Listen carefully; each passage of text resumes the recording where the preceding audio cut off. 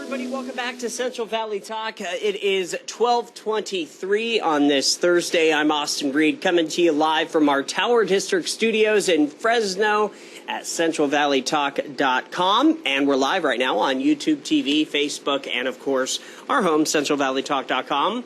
Hey, our next guest is an author. His name is Dan Kovalik with... The name of his book is Cancel This Book, The Progressive Case Against Cancel Culture. Dan, can you hear me? Yes, and thanks for having me today. Yeah, thank you so much for joining us. You're based in Pennsylvania, and first off, I want to hear your story. Is this your first time on Central Valley Talk? I believe it is, yes. Well, welcome. We're happy that you're here. Thank you. I'm glad to be here. This sounds like a fascinating book. I think so many people will want to read. Tell us a little bit, before we get into the book, tell us about your story as an author. Well, this is my sixth book, actually. My first five are more about U.S. foreign policy. And frankly, before I was even writing, I was a lawyer for the United Steelworkers in Pittsburgh. That's what brought me to this town, and that's what's kept me here. So I was a labor lawyer for 26 years, went to Columbia Law School in New York City, and have been writing since 2017. And as I said, this is my sixth book, just came out 2 weeks ago. Wow, 2 weeks ago. How? What's been the response so far? Knock on wood, it's been pretty good. I've been pleasantly surprised that by far most of the reaction I have gotten has been positive. And I feel like I say things in the book that a lot of people have been thinking for a long time but have been afraid to say. And that's why I wrote this book, truthfully. What, in your opinion, what is the number one reason for quote-unquote cancel culture?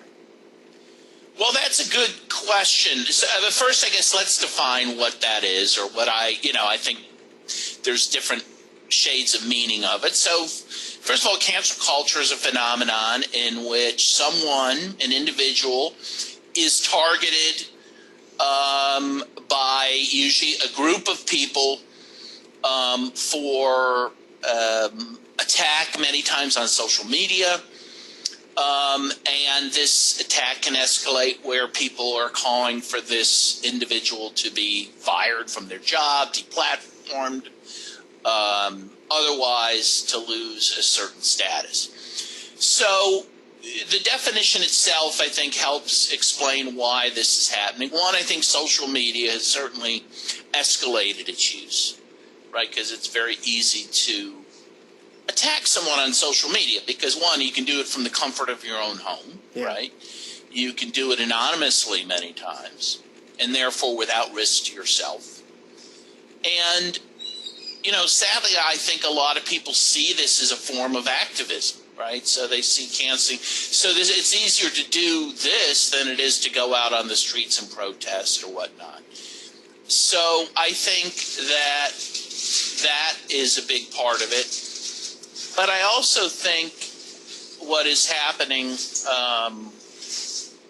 is what is being protested about. I think, you don't have people, for example, protesting war like they used to, right? We're in many different theaters right now. Yemen, still Afghanistan, potentially Iran. We're in Africa. The U.S. has been bombing Somalia. There's not much press on it. The point is, the progressives used to protest war. Now, by and large, they don't. Why do you think that? Why do you think that is, though? Why have they stopped? I mean, because look at what's happening right now. I mean, I was watching NBC Nightly News last night, and the situation with Israel and Palestine is terrible. Yeah, right. It's horrifying. And the U.S., of course, is supporting Israel with almost $4 billion a year in assistance. So, I think and I get into this in my book. You have a left in the U.S., or what purports to be a left, that has abandoned class issues, have abandoned issues of war and peace, largely in favor of what we might call identity politics, issues of race and gender, which are important. Don't get me wrong. Those are very important issues. But it seems to me that you have a left that focuses only on those issues to the exclusion of these other things. And moreover, a left that focuses instead on issues that systematic issues that impact people of various races. For example, there's an over-focus on individual misdeeds or perceived misdeeds, right? So again, while African Americans disproportionately are unemployed, disproportionately lack health care, disproportionately are food insecure, instead of focusing on those issues, there's a lot of focus on whether an individual professor has said something, that people find offensive, and they push for that person to be fired. Again, instead of trying to think about how we get food to people who need it, or health care to people who need it. And I think that is a big failing, and I discuss that in the book. And the interesting thing, of course, is that if you look at the polls in America, the polls show that the vast majority of Americans are very progressive, actually, on the issues. 67% of America wants Medicare for all. Most of the country, the polls show, are against these constant wars in the Middle East. Most of the country, frankly, wants police reform, wants prison reform. Those are all good things. But instead of focusing on those things and frankly trying to win over allies from different groups who support those things, this is an exclusionary phenomenon. This is not trying to gain people into the tent to build a movement. It's pushing people out. It's thinning the ranks. It's more of almost a religious phenomenon, right? There's a religiosity to it where people are attacked for having impure thoughts, right? Or for speaking in a way that doesn't match the latest jargon of the day. So first of all, it's not that, impactful when you try to attack a person for those things. And moreover, it tends to be counterproductive because you're shunning people many times who are potential allies or are already allies, and you're telling them to leave. And I'll give an example, so we're not talking merely in abstraction. My book was inspired by a real event here in Pittsburgh. Molly Rush, who's been a peace activist for over 50 years, who helped co-found the Thomas Merton Center, one of the oldest peace and justice centers of its kind in America. Last May, she posted a meme on Facebook that had a picture of Martin Luther King, and it said, "Never rioted, never looted, change the world." Okay? In response to this meme, people attacked her as a racist. People attacked her family, her children, her grandchildren as white trash. Wow. They called for the Thomas Merton Center, that she's no longer even employed by, but she still works with them. They called upon the Thomas Merton to somehow punish her for this meme, and the Thomas Merton Center responded. They posted a public letter, an open letter, that said they would no longer associate with her. They would no longer work with her, and that's it. And they won't. They've told her not to come back to editorial board meetings that she was volunteering for. This is a case where you take this comrade, this friend, who is well-intentioned, right?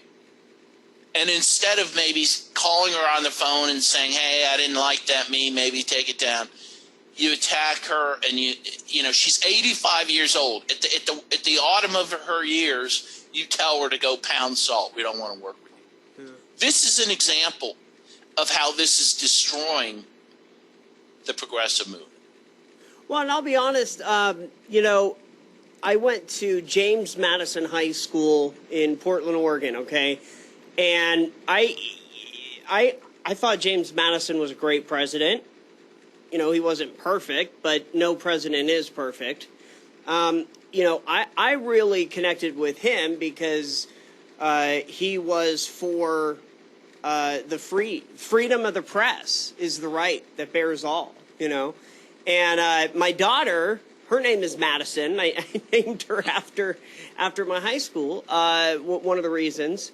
And they, last year, got rid of James Madison High School. They changed it to something else. And that really, that irked me.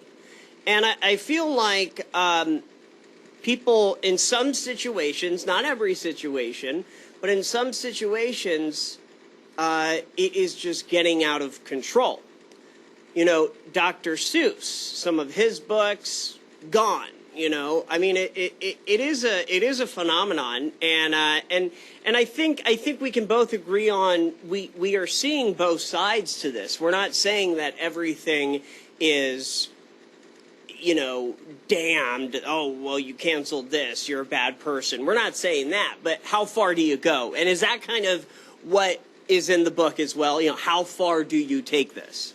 Yes, and also, how do you do it? How do you go about removing a statue from a town square? Do individuals take it upon themselves, don't take it down, or do you have a democratic process to decide that, right? And again, you mentioned Madison. Even people have been wanting to take down statues of Abraham Lincoln, right? Yeah. Overthrew slavery, right? Because he wasn't anti-racist enough. Again, that, to me, is silliness, right? Yeah. In San Francisco, not too far from you, I think. Yep. There's a high school that has covered up a mural that was made during the Roosevelt administration, a beautiful mural that depicts George Washington and others, and which actually shows issues relating to the attack on Native Americans, to slavery. But the board of the high school said, oh, this is too triggering for people. Let's destroy it. And actually it was Danny Glover who said, wait a second, this is crazy. At least don't destroy it. You know, if you want to cover it up, that's bad enough. But at least do that and don't just wreck it. Right. And this is how crazy things have gotten. That art that is actually instructive of the things we thought people cared about is seen as too triggering for people in high school who are going to go home and play Call of Duty on their video games, right? They're going to watch intensely violent films, and yet they're going to be triggered by a work of art showing George Washington. I mean, this is silly. Yeah, no, that's a good point. We've got about 30 seconds left. Great conversation. I would love to continue it, so I would love to have you back on. But I'd love that. In the meantime, where can people get your book? Well, you can get it on Amazon. You can also get it at pretty much every bookseller. If they don't have it, ask them to order it.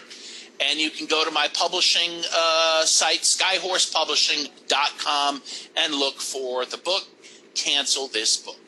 All right, very good, Dan. Thank you for joining us today. Thank you. It was my pleasure. All right. I'm Austin Reed. You're watching Central Valley Talk. We're back with another guest in just a couple of minutes. Hang tight.